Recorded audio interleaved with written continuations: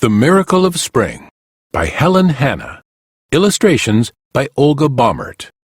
Characters: King Bartholomew, King's Valet, Prime Minister, Door Guard, Captain of the Guard, Two Guards, Spring, Mother Nature's Court, Judge Wise Owl, the Crow, Eager Beaver, Mrs. Appletree, Mr. Squirrel, Ms. Winter Wheat, Ms. Stringbean, Ms. Bessie Cow, Mr. Woolly Lamb, Ms. Honeybee. Jury: animals, birds, insects, trees, flowers. King Bartholomew bans spring, only to realize that he has shown disrespect for Mother Nature, upset the cycles of the seasons, and destroyed the food supply. Production notes. Characters: 3 male, 6 female, 9 male or female. As many male and female as desired for jury. Actors may also play more than one role with a change of costume. Playing time: 15 minutes. Costumes: the king wears pajamas, a small crown, and dressing gown at the end of the play. The members of his court wear the traditional costumes of fairy tale courts. Mother Nature's court has headpieces suggesting their separate characterizations. Judge Wise Owl wears long black robe and glasses. Spring wears long white gown and a garland of flowers in her hair, and the word spring on a sash across her chest. Properties: tray with spoon, dishes, medicine, judge's bench, gavel, witness box, piece of paper for Prime Minister's report. Setting: King's bedroom. Down right is a door leading to castle interior. A large French door type window is at left. At center is a large bed with many pillows and quilts on it. Near the bed are a night table and a bell cord. Lighting: lights are dimmed for dream sequence and brought up full again as indicated in the text. Sound: bell tolling 6 times. Act 1. Setting: King Bartholomew's bedroom. At rise, King Bartholomew sits up in his bed, with a dinner tray on his lap. His valet stands at his bedside. At the door stands door guard. King, making a grimace and replacing spoon on his plate. Zounds! What is this tasteless pap? Valet: cook calls it spring pudding, sire. It's on your diet. King: bah! Take it away. It's not what I eat that makes my stomach ache. It's aggravation. That tour of the kingdom yesterday, that's what made me sick. Valet: it was a beautiful day for a tour, sire. Spring has warmed the air and budded the trees. King, extremely aggravated: indeed. And spring has turned my hard-working subjects into daydreaming idlers dozing in the sunshine. Everywhere I went, no one was working. Valet: just a touch of spring fever, Your Highness. King: spring fever is just another name for laziness, and I won't have it. Has the captain of the guard reported yet? Valet: no, sire, but the Prime Minister is waiting to see you. King: send him in, and find the Chancellor for me. Valet to door guard: the king will see the Prime Minister. Valet exits. Door guard: the Prime Minister to see the king. Prime Minister enters and bows. Prime Minister: Your Majesty, good evening. King: where is the report I ordered? Prime Minister: it's not quite finished yet, sire. I came to ask a favor. I'd like to take the day off tomorrow to take my kids fishing. King, exploding: fishing? Of all the ridiculous things! Doubles over in pain. Oh! Out with you! As Prime Minister hastily retreats, valet enters. Valet. The Chancellor has not yet returned from the tournament. King, exploding again. Tournament? Then I'll talk to the Chamberlain. Valet. He's taken his family on an outing, sire. King, again in pain. Outing? Oh! Give me my medicine, and get the captain of the guard immediately. Valet to door guard. Summon the captain. Guard exits. King, taking medicine which valet hands him from night table. Fishing. Tournaments. Outings. Door guard enters. Door guard. The captain of the royal guard. Captain enters. Captain. At your command, your highness. King. Have you taken your prisoner yet? Captain. Yes, your highness. The prisoner is outside.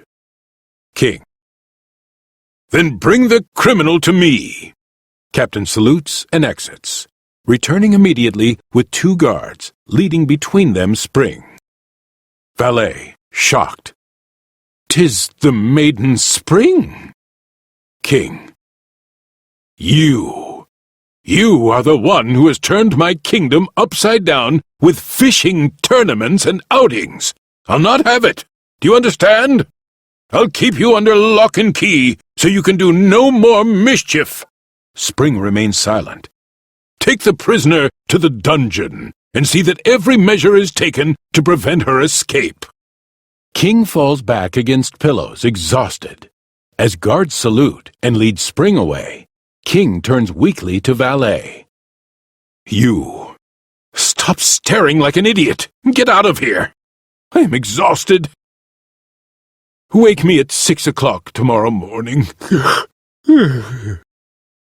Valet. As you wish, your highness. Pleasant dreams, sire. Valet takes tray and exits. King to door guard. You two! Out! Door guard. Good night, your majesty. Exits. King closes his eyes.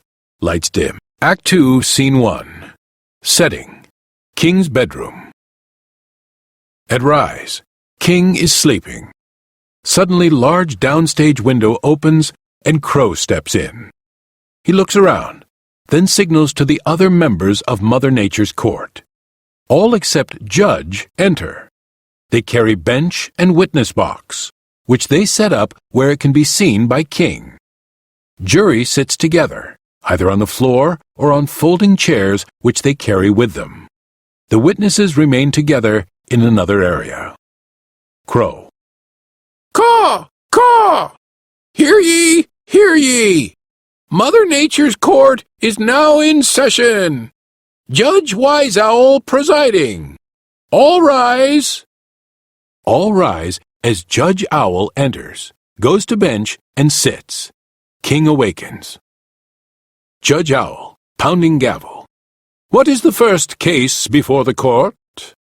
Crow. Mother Nature versus King Bartholomew, Your Honor. Judge. Is the attorney for Mother Nature ready? Eager Beaver. Ready, Your Honor. Your Honor, ladies and gentlemen of the jury, I, Eager Beaver, shall prove beyond a shadow of a doubt that King Bartholomew is guilty of attempted murder. King, sitting up in his bed. Murder? I have never murdered anybody. Judge. Quiet, please. Beaver. I said attempted murder. King. I have never even attempted murder. Judge.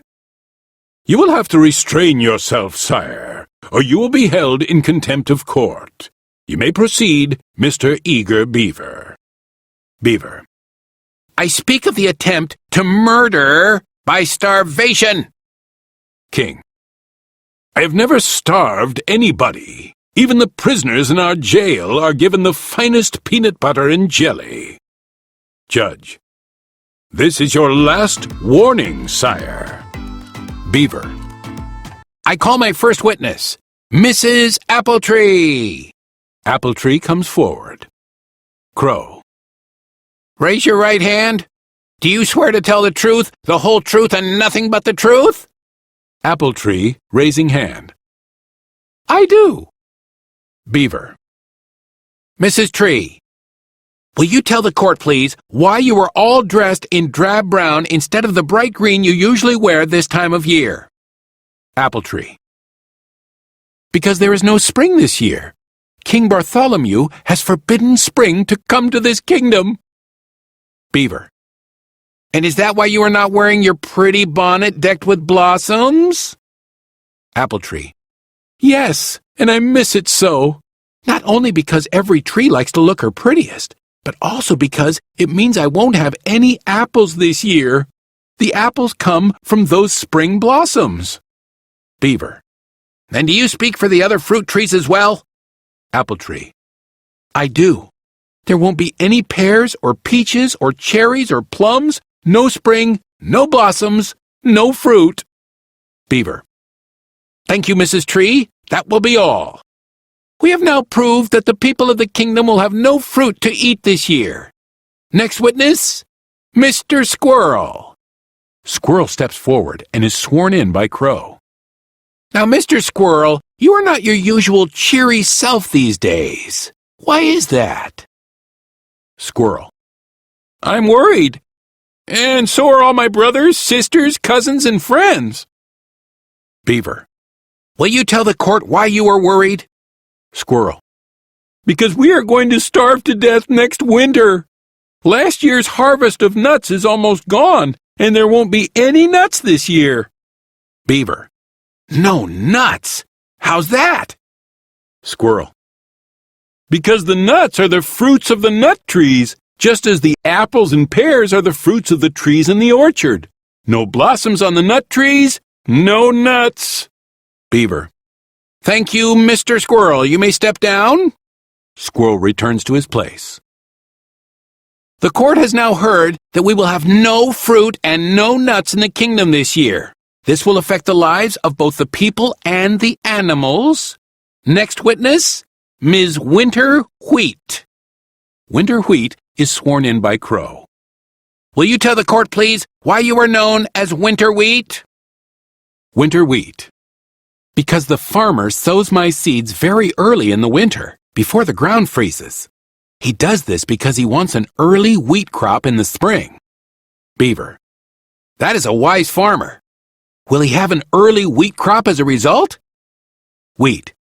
No, he won't, because the ground has to thaw and get warm before we can poke our green shoots through. Since there won't be any spring this year, there won't be any crop of winter wheat, or any other kind of wheat for that matter. Beaver. What will that mean to the people? Wheat. No wheat, no alfalfa, or barley, or corn, or any other kind of grain. And that means no cereals, and no flour, no bread, or rolls, or cake, or pies. Beaver. Thank you, Ms. Wheat. You may step down. She does so. Well, no fruits, no nuts, no grains, no cereals, no flour, no baked goods to eat. Next witness, Ms. Stringbean. Stringbean is sworn in by Crow. Ms. Stringbean, your face looks especially long and thin this year. Why is that? Stringbean. Because I'm so sorry for all the people who will be without me and all the other vegetables this year. Beaver. No vegetables this year? And why not, Ms. Bean? Stringbean. Because the ground is hard and frozen, and the farmers cannot sow their seeds, and even the seeds that fell into the ground last year from Mother Nature's hand cannot mature into plants without warm soil and sun. Beaver. There, Ms. Bean. I can see you're quite broken up. You are excused. She returns to her place. I think it's quite clear to the court why there will be no vegetables this year. Next witness, Ms. Bessie Cow. Crow swears in Bessie Cow. Bessie, I believe you have a story to tell the court. Bessie. A sad, sad story. I don't know how much longer there will be any milk, or cream, or cheese, or ice cream for the people of the kingdom. Beaver. Now this sounds serious indeed. Are you sure? Bessie. Cows can't give milk unless they have nice green grass to eat. Where are we going to find nice green grass in this winter landscape? And soon, our winter supply of hay, alfalfa, oats, and corn will be all gone. No food, no milk. Beaver. Thank you, Bessie. Bessie returns to place. No milk, no butter, no cream, no cheese, no ice cream. Next witness, Mr. Woolly Lamb. Woolly Lamb is sworn in by Crow. Mr. Lamb, you're extremely woolly for this time of year, aren't you? Woolly Lamb. Shiver my timbers, yes. Usually the farmer's gone to work on me with his electric clippers by this time of year. But now, brrr, it's too cold for me to do without my overcoat. Beaver. What will this mean to the people of the kingdom? Woolly Lamb. No wool for warm clothing and blankets, and if this winter weather continues, they will need more woolen clothing than ever before. Beaver. Thank you. Lamb returns to his place. Next witness, Ms. Honeybee. Honeybee is sworn in by Crow. What are you buzzing about so furiously, Ms. Bee? Honeybee. I'm so angry I could sting. Beaver. Why? Bee. Because I'm the champion honey maker, that's why. Last year, I won a blue ribbon at the county fair, and this year I won't be able to make a single drop of the delicious golden nectar. Beaver. No honey this year. That's terrible. Bee. No one will be sorrier than King Bartholomew because he just loves honey on his bread. A bee can't make honey without flowers, and you can't expect the gardeners to grow flowers when there isn't any spring. I tell you, I'm as angry as a bee can be. Beaver. Thank you, Ms. Bee. You may step down. Bee. Speaking angrily as she walks away from the witness box. And the bears, they'll be simply wild without their honey. Beaver to jury. We're all going to miss the flowers this year, and the birds, and the sunshine, but most importantly, patting his stomach, we're all going to miss our food. King Bartholomew is attempting to starve us, and I say he deserves to be found guilty and given the harshest punishment Judge Owl can deliver. Jury, rising. Yes, guilty, guilty, guilty. King, jumping out of his bed. Wait! Judge. I warned you that the next outburst from you would be in contempt of court. See that he keeps quiet. Crow, witnesses, and jury advance menacingly toward King, who hurriedly climbs back into bed and pulls covers over his head. Jury, chanting in a low monotone. Guilty, guilty, guilty. Suddenly, a bell tolls 6 times. All the characters of Mother Nature's court quickly exit through the downstage window, taking their props with them. Scene 2. Setting, King's bedroom. At rise. The lights come up full, and King jumps out of bed, pulls bell cord. Door guard opens door, takes his customary stand. Door guard. Good morning, Your Highness. I trust you slept well? King. It was a terrible night. Just terrible. What a dream. Where's my valet? Door guard. He is coming now, Your Highness. Valet enters. Valet. Good morning, Your Majesty. King. Get me my dressing gown. Hurry. Valet helps him into his dressing gown while he talks. Find the captain of the guard immediately. Valet to door guard. The captain of the guard, immediately. King, pacing. I've done a very terrible thing. I only hope it's not too late. Door guard. The captain of the guard. Captain enters. Captain, trembling and dropping to his knees. It wasn't my fault. The chains were tight and the door securely locked and barred. King, stop your prattling. There's no time to lose. Go quickly and see to it that the chains are removed from the maiden Spring, and bring her to me so that I may apologize to her. Captain, that's what I'm trying to tell you. She isn't there. She's gone. King, gone. Spring, stepping through downstage window. Did you want to see me? She smiles at King. King, dropping to his knees before her. Can you forgive a foolish man the greatest mistake of his life? Spring, extending her hand to him and bidding him to rise. A foolish man you may have been, to think that you or any other man or woman could command the forces of nature at your will. Did you really believe that dungeon doors or iron chains could keep Spring from walking your land? King, contritely. I was foolish. Now I know better. Spring. Spring is a yearly miracle of nature, as constant as the moon and the stars. Planting time and harvest time, summer and winter, day and night, these must always come. King, what can I do to earn your forgiveness?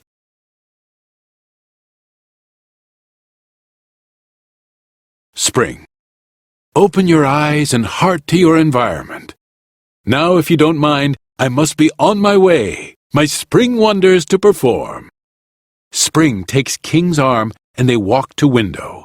Spring steps through it, smiling, and disappears.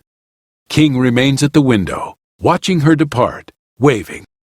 King takes a deep breath and, smiling, turns back toward the room. Door guard. The Prime Minister to see the King. King. Good. Prime Minister enters with a paper in her hand. You're just the person I want to see. Prime Minister. Your report? I stayed up all night to finish it. King.